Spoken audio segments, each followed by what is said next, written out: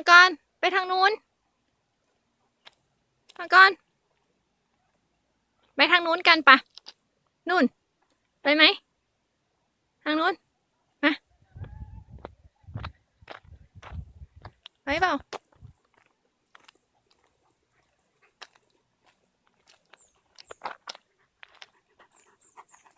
ไป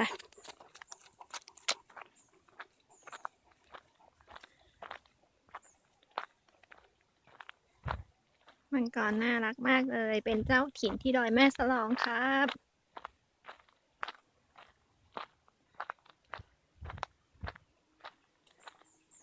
พาไปเที่ยวด้วย